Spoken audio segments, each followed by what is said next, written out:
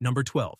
Basenji. The Basenji is an ancient breed from Central Africa, and it behaves like one. It doesn't bark. It produces a sound called a baru, but the real distinction is how little it registers human emotional states. Basenjis are not cold, they're indifferent. They process the world through scent and movement, not through the face or voice of the person in front of them. Most breeds learn to read human expressions with time and exposure.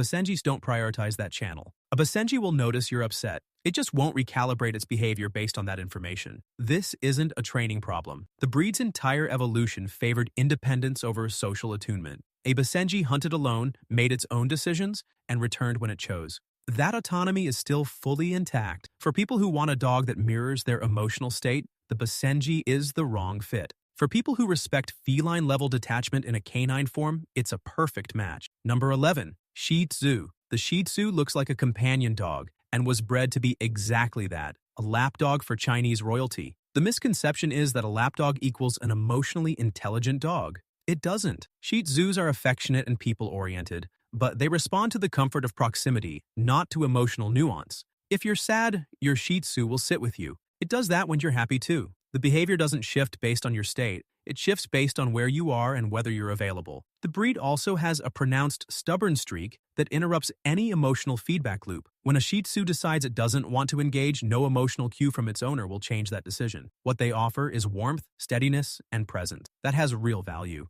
It just isn't emotional intelligence, it's emotional constancy, which is a different thing entirely. Number 10. Siberian Husky. Huskies are expressive, vocal, and intensely social. This creates the impression of high emotional intelligence. The reality is more complicated. A husky reads the energy of a room accurately, and it knows when the household is activated, calm, or tense, but it responds to that energy in ways that serve itself, not the human. An anxious household makes a husky more chaotic, not more gentle. A grieving owner doesn't get a subdued dog. They get a dog that wants to run. Huskies were bred to function within a pack of other dogs under extreme physical conditions. Their social referencing is tuned to canine dynamics, not human emotional needs. They notice human states, but the behavioral response doesn't modulate the way it does in breeds selected for human bonding. That said, Huskies outperform Basenjis and Shih Tzus in raw social awareness. They just don't convert that awareness into empathic responsiveness. They process. They don't attune. Number 9. Cocker Spaniel. The Cocker Spaniel is where emotional sensitivity enters the picture in a meaningful way.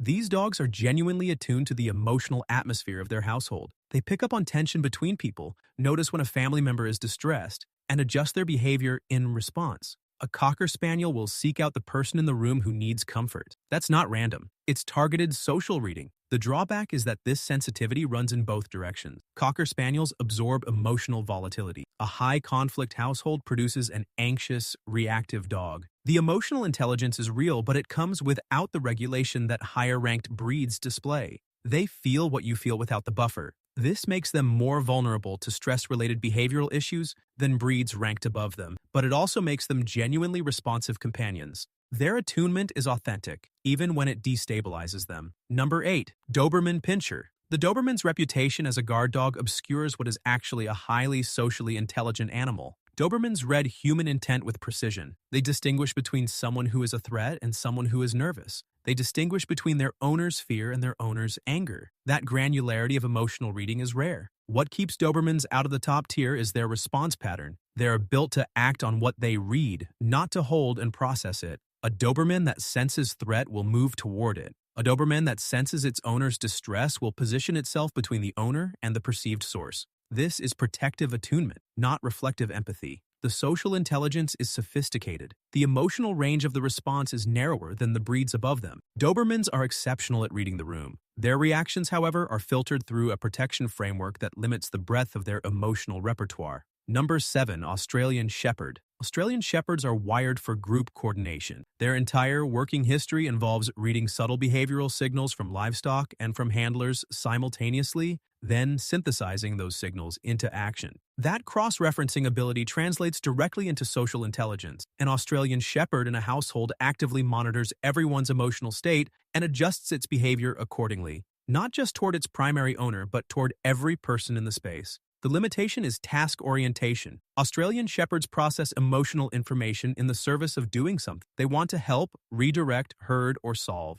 Sitting quietly with a grieving person is not natural to them. They'll circle, nudge, and try to activate. The emotional reading is high resolution, but the response is skewed toward action rather than presence. For people who want a dog that participates in their emotional life dynamically and actively, this is one of the best choices on this list. Number 6. German Shepherd. German Shepherds combine two things that rarely appear together at this intensity: emotional sensitivity and behavioral regulation. They read their owner's emotional state with high accuracy. They also choose how to respond, rather than reacting automatically. A German Shepherd that detects its owner's anxiety will assess whether a response is warranted before acting. That pause, that internal processing, is a marker of genuine emotional sophistication. German Shepherds also bond asymmetrically. They attach most deeply to one person, and their emotional attunement toward that person reaches levels not seen in mid-tier breeds. The relationship becomes a continuous feedback loop of reading and responding.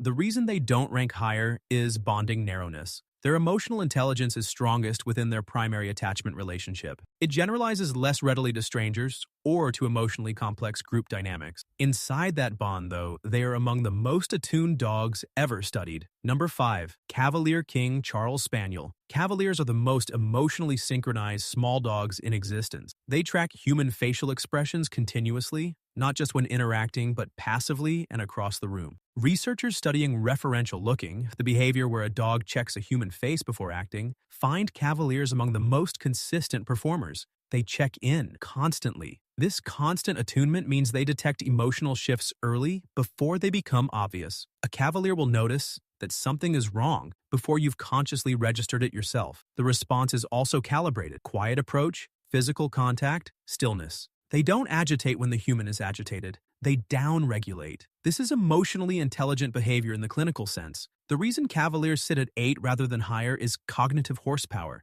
Their emotional responsiveness outpaces their general problem-solving ability. They feel what you feel and respond beautifully. They're less equipped to handle novel or complex emotional situations that require adaptive reasoning. Number 4. Labrador Retriever. Labs are the world's most common guide and therapy dog for one concrete reason: they perform under emotional pressure without decompensating. A therapy dog enters a hospital ward where multiple people are in distress simultaneously. The dog has to remain stable, approachable, and responsive across that entire environment. Labs do this. Their emotional intelligence isn't the most refined on this list, but it's the most robust. It doesn't collapse under load. Labs read emotional states accurately, respond in ways that are supportive rather than reactive, and maintain that performance across strangers, children, people in crisis, and unusual environments. The consistency is the intelligence. Most dogs with high emotional attunement are selective. They perform for their person in familiar contexts. Labs generalize. They bring the same quality of presence to a grieving stranger as they bring to their owner. That breadth of empathic range is what puts them in the top 4. Number 3, Poodle. Poodles sit in the top 3 because they combine the highest general intelligence of any breed with emotional attunement that rivals the most sensitive dogs on this list. The pairing matters. Emotional intelligence without cognitive processing produces reactive empathy. The dog feels but can't reason about what it feels. Poodles do both. They read emotional states, categorize them, and generate responses that are contextually appropriate. A poodle will behave differently with a depressed owner than with an anxious one, and differently again with someone who is angry. That behavioral differentiation based on emotional category is rare. Poodles also adapt their responses to what works. If comfort seeking doesn't reach their owner, they try a different approach. This is adaptive emotional strategy, not just reflexive response. The haircut is the biggest misdirection in dog history. Underneath it is an emotionally complex, cognitively sophisticated animal that consistently outperforms breeds with far more imposing reputations. Number 2. Golden Retriever. Golden Retrievers are the closest thing in the animal kingdom to a dog built specifically for human emotional need. The breed was developed to work cooperatively with hunters,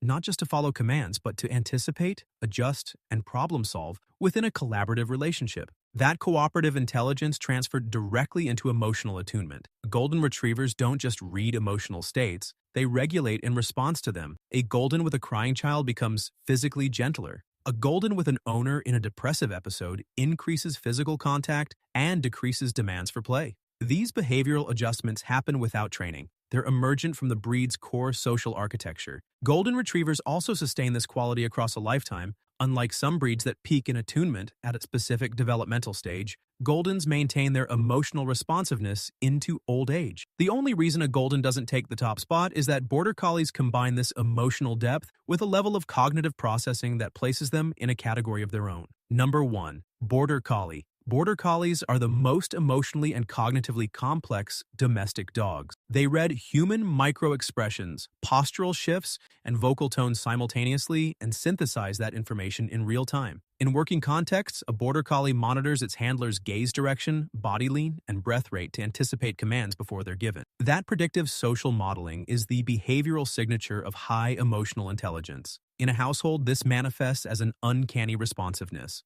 A Border Collie knows when you're pretending to be fine. It knows the difference between tired and sad. It adjusts not just to your emotional state, but to the trajectory, where you're heading emotionally, not just where you are. The cost of this intelligence is well documented. Border Collies require significant cognitive and emotional engagement. Understimulated, their attunement turns inward and generates anxiety. The same sensitivity that makes them exceptional companions makes them fragile in emotionally chaotic or neglectful environments. The ceiling is the highest of any breed. So is the floor. Emotional intelligence in dogs is not decoration. It shapes how a dog experiences its environment, how it responds to stress, and what kind of relationship it can build with the people around it. Knowing where your dog sits on that spectrum is not about ranking. It is about understanding what your dog needs to thrive and what it is actually offering you in return.